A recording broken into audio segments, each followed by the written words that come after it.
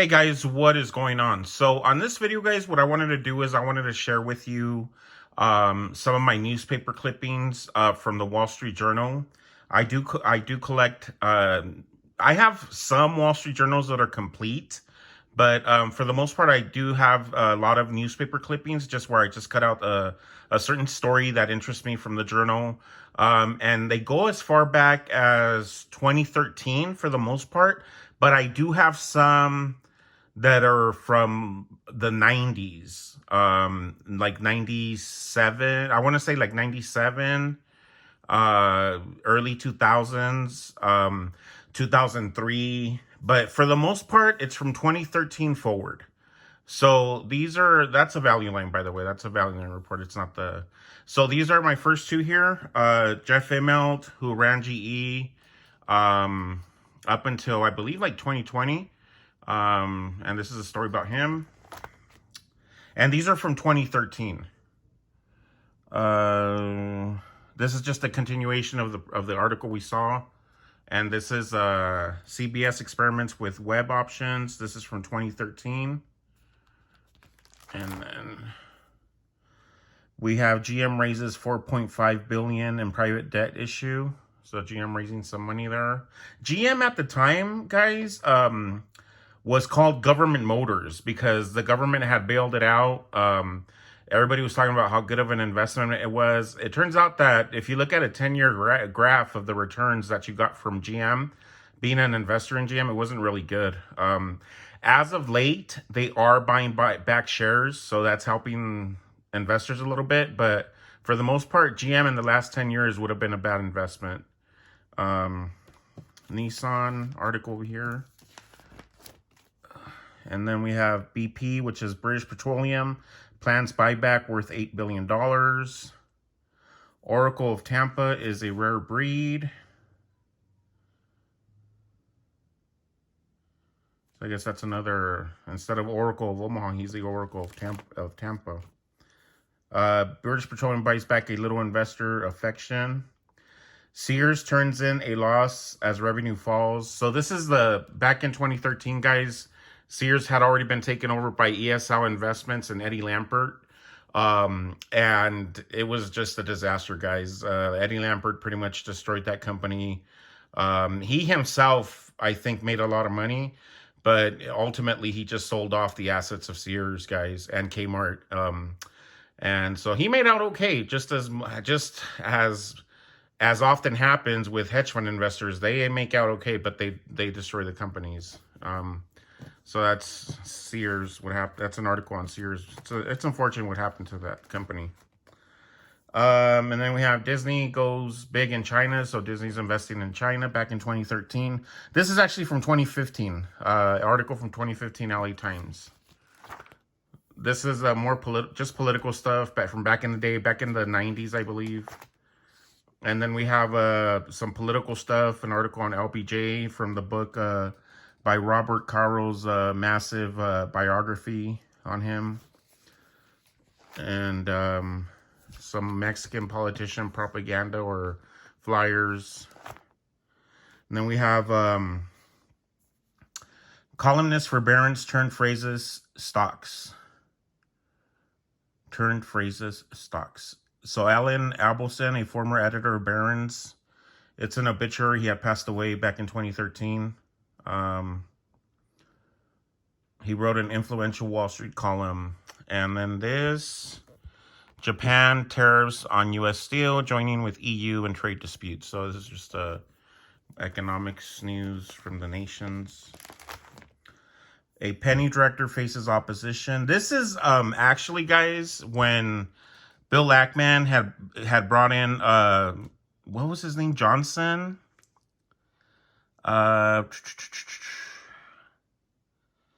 Mr. Johnson, yeah, Ron Johnson, yeah, he brought in Ron Johnson, and that was another disaster, guys. It's something that did not work out for Bill Ackman very good. Bill Ackman had a position in JCPenney, and he was trying to turn the company around. They brought in Ron Johnson to try to change JCPenney, and the stores did look very nice. I remember walking into JCPenney stores in 2013, and Ron Johnson, I guess, he was the guy who had designed the Apple stores, and he kind of wanted to do the same thing with JCPenney, and they did not do very well. They ended up losing money on that deal. Bill Ackman, of course, again, hedge fund manager, he's fine, nothing happens. But JCPenney is still around. It's hanging on, but it's still around. It is still around. It hasn't completely fallen. What happened with Ron Johnson is he was fired in the end, and they brought back a previous CEO that was a previous CEO for JCPenney. I forgot his name. But yeah, but Ron Johnson tried to change JCPenney with Bill Ackman, and they were not successful. So this is another value line report. More value. This is how I do my research, guys, a lot for companies, because these reports, they tell you the analyst opinion, and see all these numbers here, guys, that's all the financials for the companies, guys. So sometimes I would make copies of newspaper articles at my local library, and I would just copy and bring them home and put them in my little plastic sleeves or sheets here, protector sheets. Viacom. I'm a huge fan. This is from 2017. I'm a huge fan. I really followed Viacom because I read Sumner Redstone's biography. And so whenever I saw Viacom in the newspaper, I wanted to see what was going on with them. Of course, Sumner Redstone passed away, I think in 2020. Not too long ago, but not recent either. But yeah, Sumner Redstone passed away. And I recently read the book, oh my gosh, what's the title of the book? It's by James B. Stewart, one of my favorite authors. I think it's Unscripted. And he wrote a book on Sumner Redstone and the infighting and the fighting between Les Moonves and Sherry Redstone, which is Sumner Redstone's daughter. And it's a very, very interesting read, guys. I think that, I'm not sure, but I'll put it on here when I'm editing this video out. I believe the title of the book is Unscripted by James B. Stewart. He's one of my favorite authors. And I recently finished the audiobook on that. So this is from 2017. Venture capital firms getting into .coms. Chipotle. Bill Ackman was also involved with Chipotle. Citigroup. I've always followed banking stocks. I've always been very interested in banking, the banking sector, the financial sector, investment banks, private equity firms. I've always liked following them, and seeing what's going on with them, and also owning some bank stocks. I do have that too. I love to do that too. So anytime I see a banking Citigroup, article, I'm gonna cut it out and keep it. And then another obituary from Pilgrim's Pride co-founder, credited success to God. So I guess this was Lonnie Bo Pilgrim. So he passed away in 2017. And then another banker here who turned sour. Bankers triumph swiftly turned sour. So these were obituaries that were in the Wall Street Journal. And then Apollo, which is also, I believe that's a hedge fund. OGM holders and a funds due. MF Global, this was the insider trading big. Not insider trading, but I think there was some kind of fraud. Something happened with John Corzine. John Corzine used to he used to be co-head of Goldman Sachs, and he started this mutual fund or hedge fund called MF Global. And it turned out that he had to pay huge fines, and I think he almost went to prison because it turned out that he was doing some kind of, I don't know if it was insider trading or they were doing some kind of shady things. I don't know exactly the details of what happened at MF Global, but I know that they were doing some shady stuff. And John Corzine actually, as of late, I read in the Wall Street Journal that he wants to start up another fund. So good luck with that, buddy. So more articles here. Warner Brothers. I've also always been interested in the media companies like Warner Brothers, Viacom. Of course, Viacom is now Paramount Global. That's another sector of businesses that I enjoy studying and looking into and following who the leaders are. Right now, there's something big going on with Disney and Bob Iger and Trion, the hedge fund, and Nelson Peltz. They're fighting. So I've always enjoyed that too.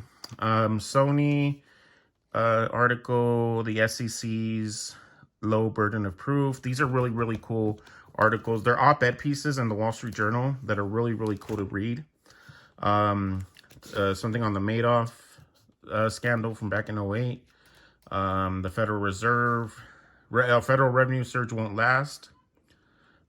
These are really, really cool op-ed pieces. Most of the time, if they're really interesting op-ed or by a really interesting economist or author or somebody that I really respect, I will cut them out from the op-ed page in the Wall Street Journal and keep them. And this is just a portion of my newspaper clippings, guys. I have a lot of them. And I have there are instances where I have complete newspapers, whether it's Wall Street Journals, Financial Times, different. I have a bunch of Fortune, not a lot of Forbes, because I enjoy Fortune more than Forbes, but I have a lot of Fortune magazine, Clippingers, some The Economist magazines, like financial magazines, that I have too in my collection. Lowe's agrees to buy West Coast hardware storage chain. So Lowe's bought out Orchard Supply Hardware. This was back in 2013. Microsoft. I wish I would have bought Microsoft back in 2013. It was a really good company to get into. And I actually did have it, but I ended up selling. Here's another obituary. I really enjoy studying, like reading up on these obituaries, guys, because they built companies. They did something. They contributed to their companies. They're really good businessmen, like smart businessmen. And I enjoy reading about their stories and what happened. And now I think they still have a small obituary section in the Wall Street Journal, but it's obviously not like before. As you can see, this article is pretty big. It would take up a lot of space in the newspaper. Now they're very shrunk. They're very small. So another banking article there. Siemens, which is a competitor to GE, article, East-West to buy. This was the banking, Chinese bank. Loeb. Dan Loeb was an investor, hedge fund investor. So here's the media. Here's the media stuff I'm talking about, guys. I love reading about the media, studying this industry, the sector of business. I love studying all about the media companies, and when they merge, when they're fighting, what's going on, investing in them, in those companies. I really, really enjoy that sector. More of Alcoa, which is the aluminum company. Alcoa was actually, I forget his name. He was Treasury Secretary under the second Bush. He ran Alcoa, and I believe his name is Paul O'Neill, and he ran Alcoa for a few years before going to the Treasury. CBS. So you'll get to see, a lot of media companies, a lot of banking. I also enjoy the energy sector, like the oil companies, pipelines, studying those sectors. So here's another obituary from a Wells Fargo CEO who passed away back in 2017. And then, of course, I love financial history, so I'll have a lot of articles that I cut out of the newspaper on history, like this one's on Henry Ford. And then pipeline deal linked to CEO. This was back in 2013. And that's about it, guys, for this binder here. Pipeline deal linked to CEO. So thank you guys very much for watching, guys. I hope you guys enjoyed my channel where we talk about financial history of businesses, banking failures, business failures in general. I really enjoy financial history, guys. I feel that I am very strong in that. And I just want to share part of my newspaper clipping collection with you guys. Thank you for watching, guys. Have a good one. Take care. Signing off.